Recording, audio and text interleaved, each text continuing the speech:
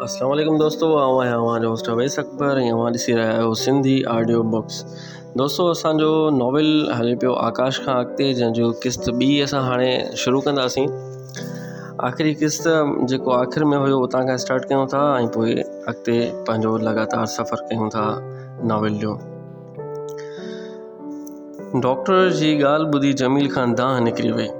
इहा अजीब ॻाल्हि आहे मिस्टर जमील, पंहिंजी ख़ानगी क्लिनिक ते वेठल आई स्पेशलिस्ट डॉक्टर राठौड़ चयो हो, उन जा 2 सबब आहिनि।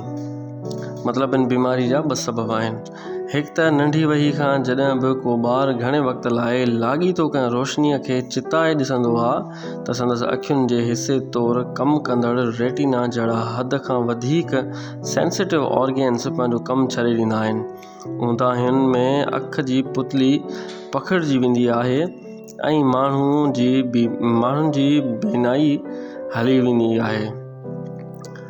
अहिड़े ई नमूने ॿियो अहम सबबु अख या दिमाग़ ताईं रोशनी पहुचाईंदड़ ऑप्टिक नर्व जी कंहिं हिसे खे आयल नुक़सान बि थी सघे थो, जंहिंमें पिणु माण्हुनि जी दीद उमालिक ख़तमु थी वञे थी, छो त अख ते अंदरूनी दबाव विझण या फ्लूइड जो वहिकिरो बंदि थियण करे बि मथे में सूरु पवंदो आहे ऐं अख जी रोशनी ख़तमु थी वेंदी आहे।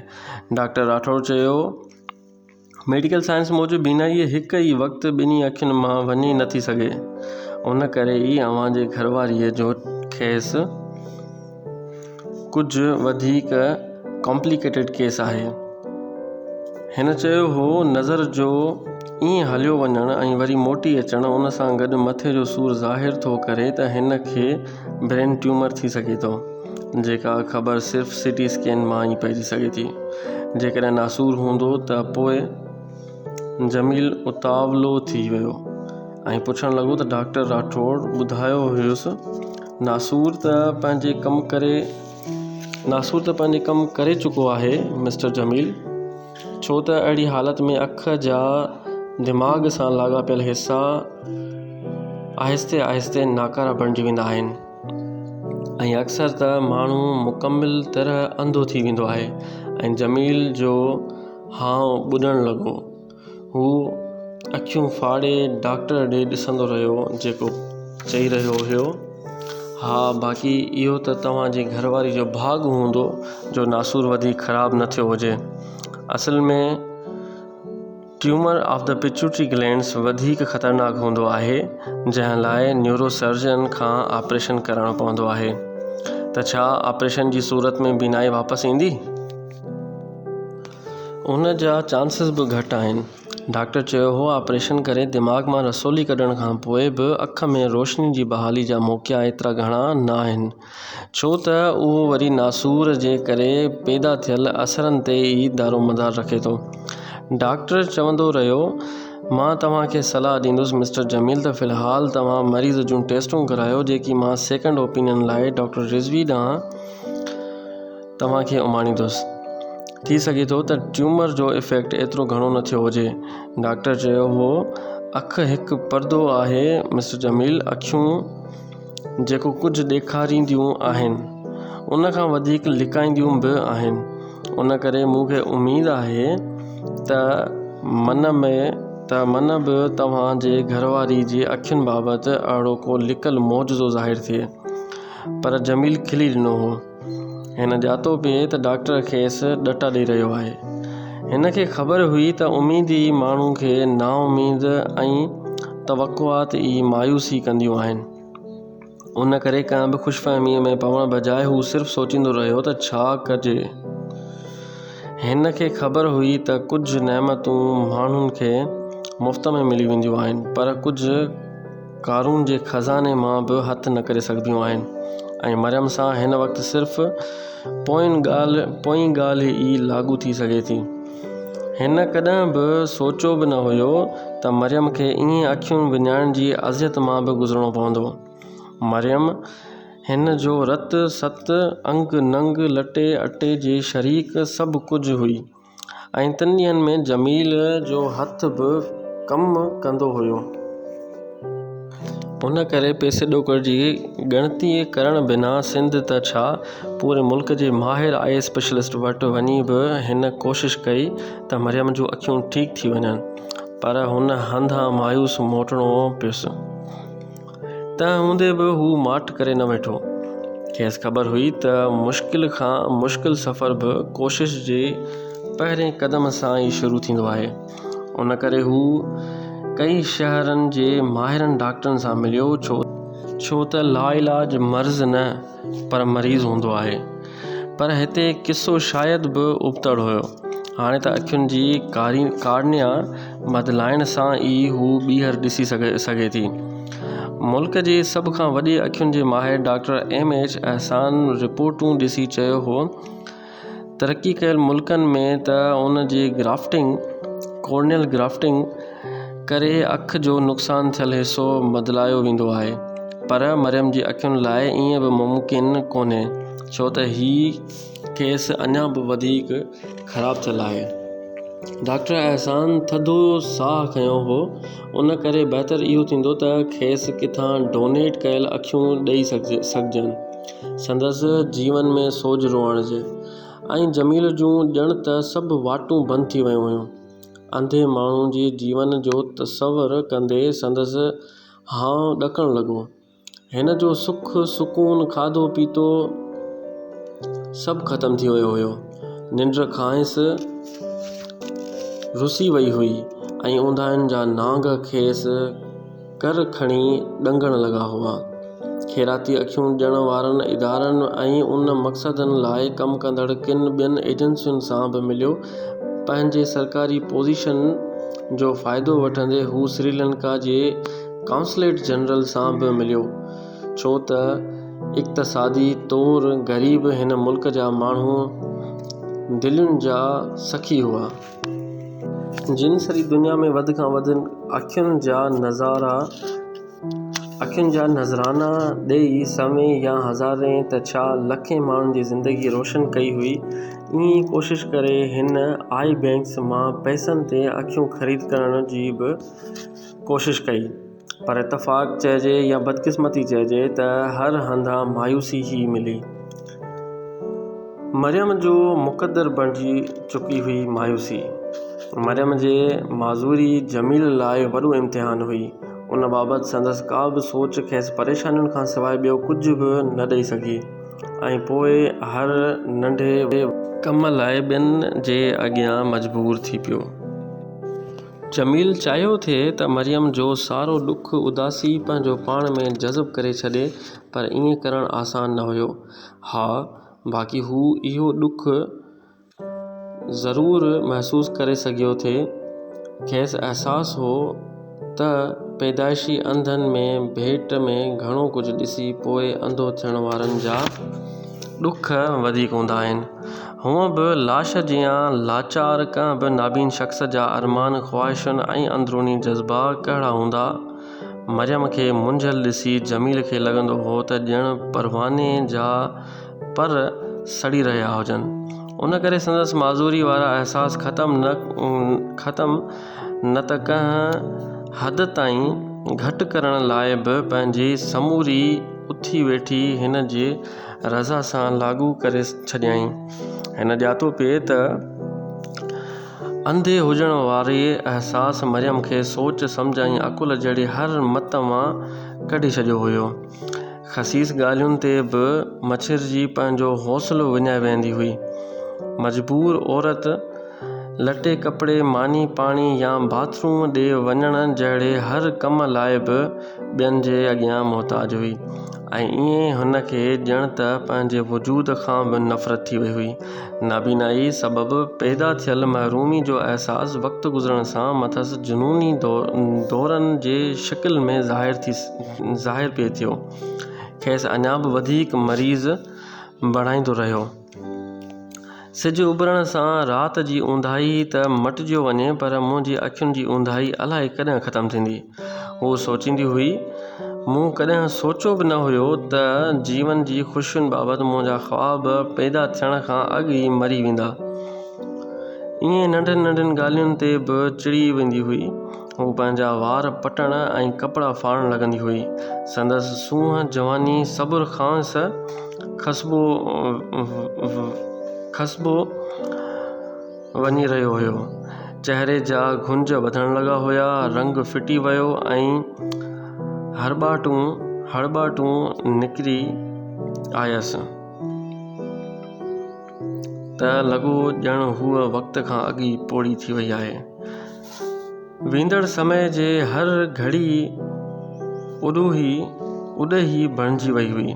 मरियम जे वजूद खे अंदरां ई अंदरि खोखलो कंदी रही हुई, छो त माण्हुनि जो ॾुख जॾहिं हद खां वधियो वञे त हू पाण ई पंहिंजो दुश्मन बणिजी वेंदो आहे। अहिड़े वेल हू न त पाण पंहिंजे मदद करे सघे पई ऐं न ई वरी ॿिए कंहिंखे उन मोकल ॾिनी मदद लाइ। शायदि उहा ई महिल हूंदी आहे जो माण्हू आपघात करण जहिड़े अमल खे बि छोटकारे जी वाट सम्झंदो आहे। ईअं ई घर जे कंहिं कुंड में पियल नाकारा शइ वांगुरु मरियम जो वजूद बि अहिड़ी अज़ियतनाक हक़ीक़त बणिजी वियो हुयो जंहिंजो त रुॻो तसव्वुर बि रेॼारे छॾींदो हुयो। हू जॾहिं बि कंहिं ॻाल्हि ते मछिड़जी पवंदी हुई त रोईंदी हुई ऐं रड़ियूं कंदी हुई ऐं चवंदी हुई त मां त अंधी आहियां, तव्हां सभिनी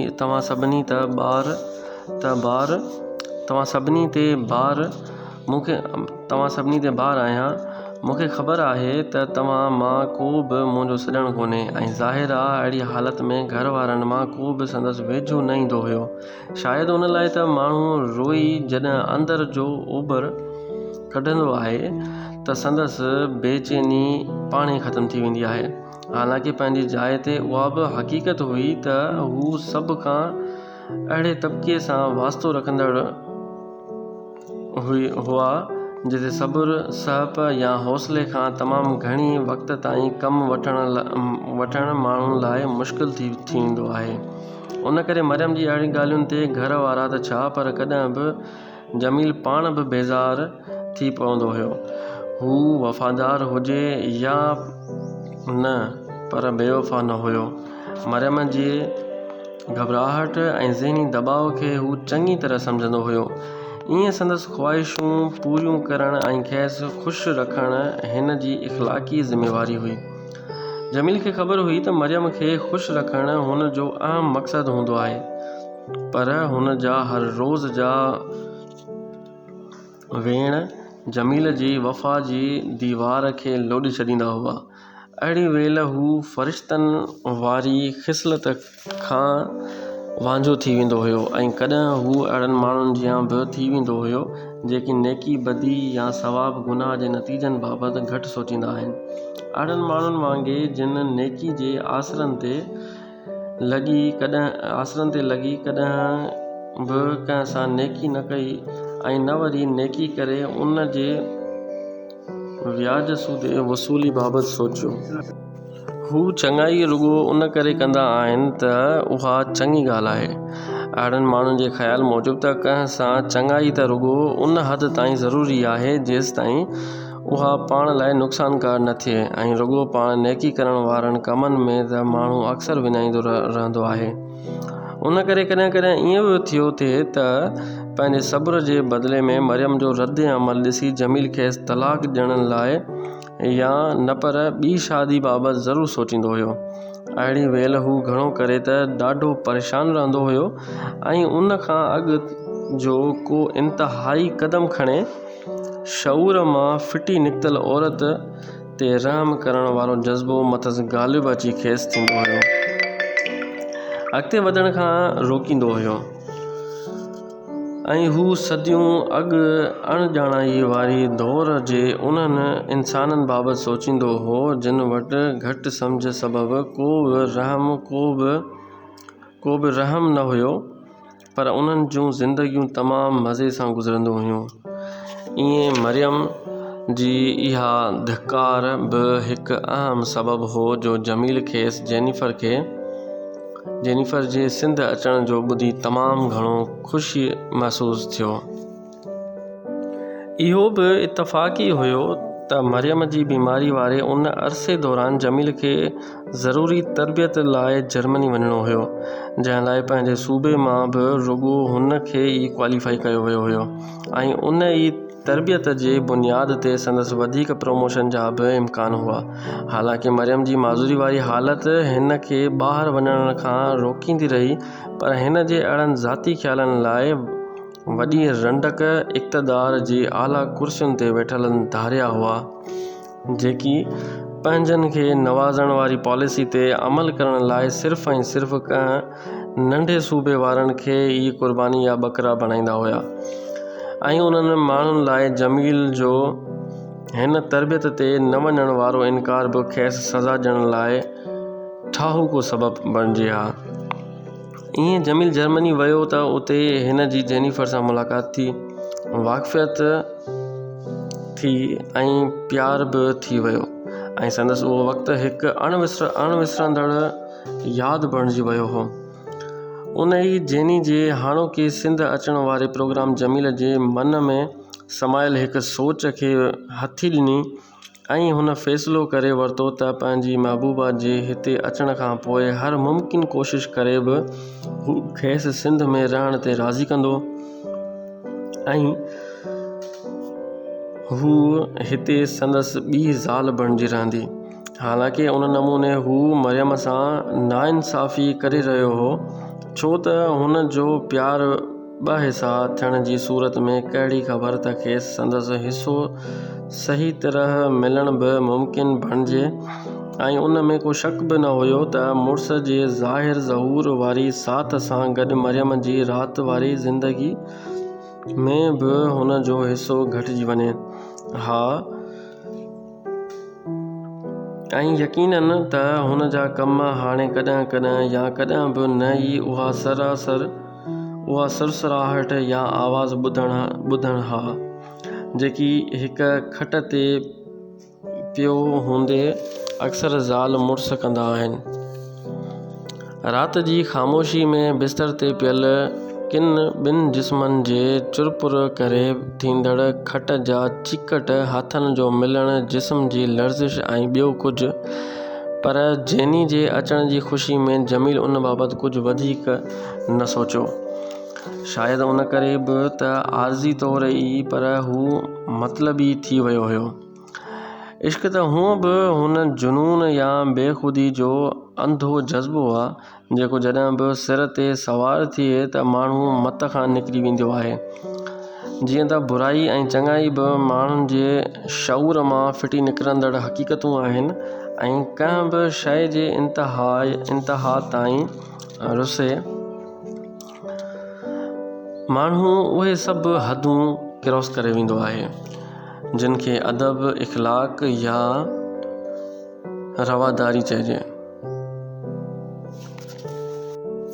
उन ई वीचार जे असर में अची जमील बि रुॻो इहो ई सोचींदो हुयो त कीअं बि करे जेनिफर खे पंहिंजो कंदुसि, जीअं मरियम जी माज़ूरी खां पोइ वारो संदसि अधूरो जिस्म मुकमल थिए।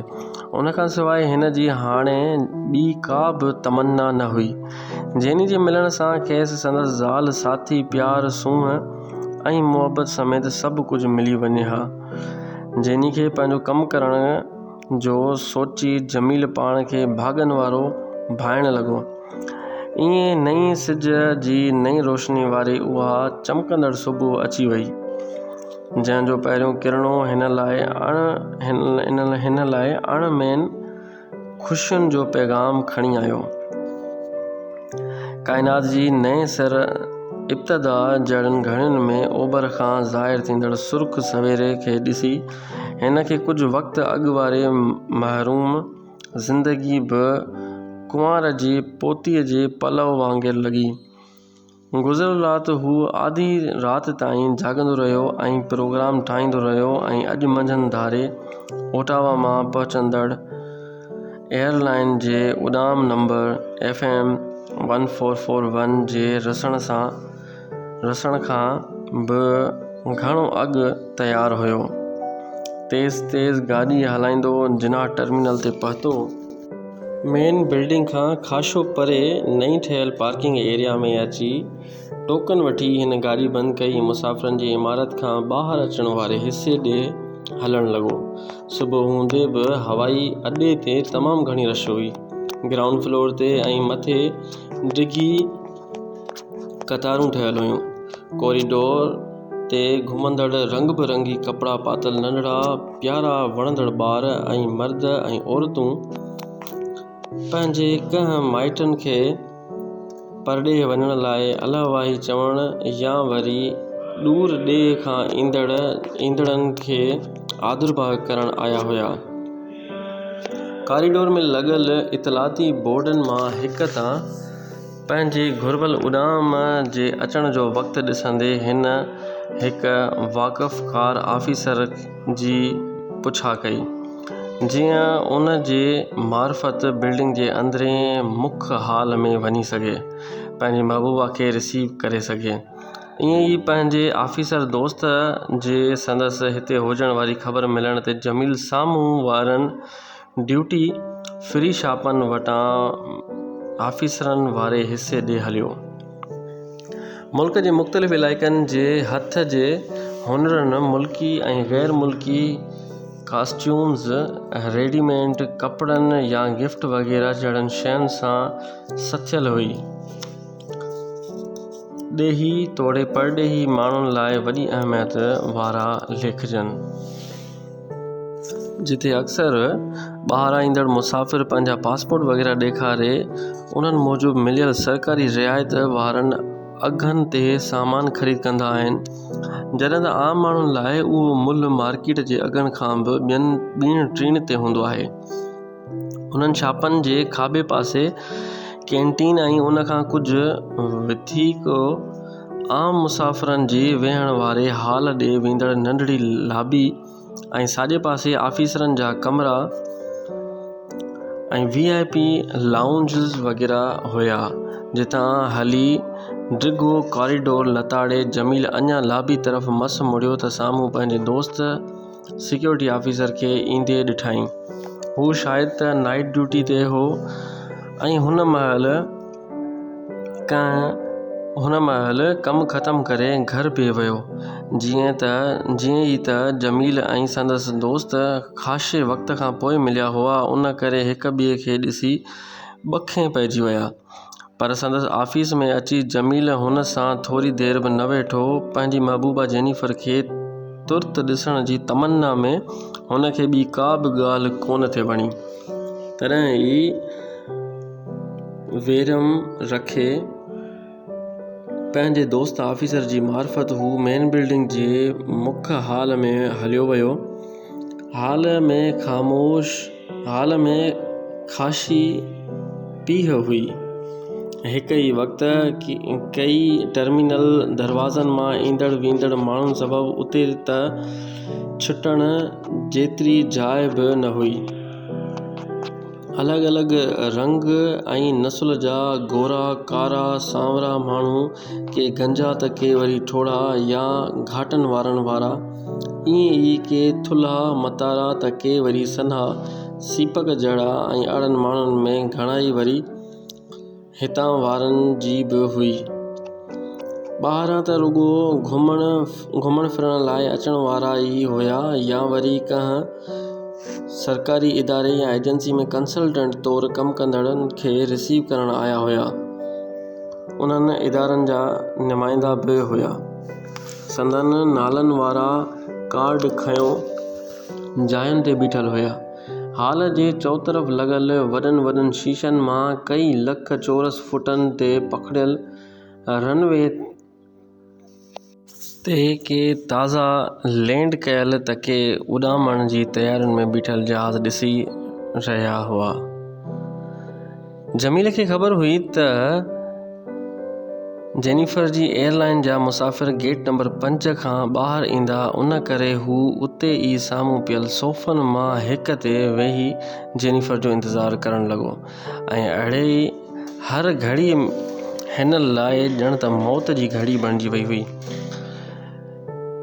भित में लॻल वॉल क्लॉक ते नज़र विझंदे खेसि लॻो त उन जा कांटा त अॻिते चढ़नि ई नथा बल्कि पोइते पिया वञनि या वक़्तु हिकु हंधि बीह वियो आहे। ईअं वेठे वेठे सोचींदे हिन जा ख़्याल 4 साल अॻु वारे उन समय ॾे वही विया जॾहिं अप्रैल 1987 में एरियल सर्वे जी सिख्या लाइ हू जर्मनी आयो हुयो।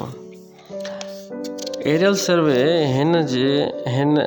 सर्वे जे हिन कम में हवाई जहाज़नि जी मदद सां ज़मीन जा फ़ोटू कढे उन्हनि मां वॾनि इलाइक़नि जाबलू हंधनि दरियाई या सामूंडी ॿेलनि बाबति मालूमात गॾु कई वेंदी हुई जीअं उहा ॼाण मिले त कंहिं बि मुल्क में मौजूदु कुदरती वसीला केतिरा ऐं कहिड़ी हालत में आहिनि। जहाज़नि मां ज़मीन जा फ़ोटू कढण वारे हिन अमल में कैमरा जे लेंस में फिल्म विच में घटि फोकल लेंथ रखे जहाज़नि जे उॾाम वारी ऊचाई इलाइक़े जो नालो फ़ोटू कढण जी तारीख़ सीरियल नंबर ऐं वक़्तु बि नोट कबो हुयो जीअं बाद में मालूमात हासिल करण वक़्तु का मूंझ न थिए। ईअं कंहिं बि इलाइक़े में मौजूदु काराइतनि वसीलनि बाबति ॼाण मुस्तक़बिल जी प्लानिंग कई वेंदी हुई। फील्ड डेटा गॾु कई वेंदड़ हिन कम में तोड़े खणी तमामु घणी महारत ऐं हुनुर खपे पर कम जी भेट में ख़र्च बि घटि अचे ऐं वॾी ॻाल्हि त वक़्तु बि बचे। जर्मनी पहुची जमील खे ख़बर पई त एरियल सर्वे जो इहो कमु असल में अक़वाम मुतहदा UNO जी ज़राअत ऐं ख़ोराक वारे इदारे FAO पारां शुरू कयो वियो हुयो जंहिं मूजिबि साल 1969 खां हर 5 साल दुनिया में मौजूदु मड़नी क़िस्मनि जे ॿेलनि ऐं ॿियनि कुदरती वसीलनि बाबति सर्वे कई वेंदी हुई जीअं ॼाण पवे त दुनिया जे हर मुल्क ऐं खंड में पहुचण जोगा संभाले सघंदड़ काराइता ऐं उपत ॾींदड़ ॿेला या ॿिया कुदरती वसीला केतिरे मिक़दार या एराज़ी ते मौजूदु आहिनि। पर उन फील्ड सां गॾु वास्तो हूंदे बि खेसि यादि न थी पियो त उन इदारे FAO पारां संदसि मुल्क में बि कॾहिं को अहिड़ो कमु कयो वियो हो। शायदि उन करे त 3 या 4 दिया जा ही ग़रीब मुल्क अहिड़नि वॾनि इदारनि जी ठाहियल वसफ़ुनि में अची न थे सघिया। दोस्तो, नॉवेल आकाश खां अॻिते जो ॿी क़िस्त ॾिसण जूं वॾी महिरबानियूं ऐं उमेद रखां थो त तव्हां इहो सुठी तरह सम्झो हूंदो ऐं हिनखे एंजॉय कयो हूंदो। वरी मिलूं था आकाश खां अॻिते जी 3 क़िस्त में ऐं उन सां गॾोगॾु ॿियनि किताबनि सां गॾु। वॾी महिरबानियूं। अस्सलामु अलैकुम।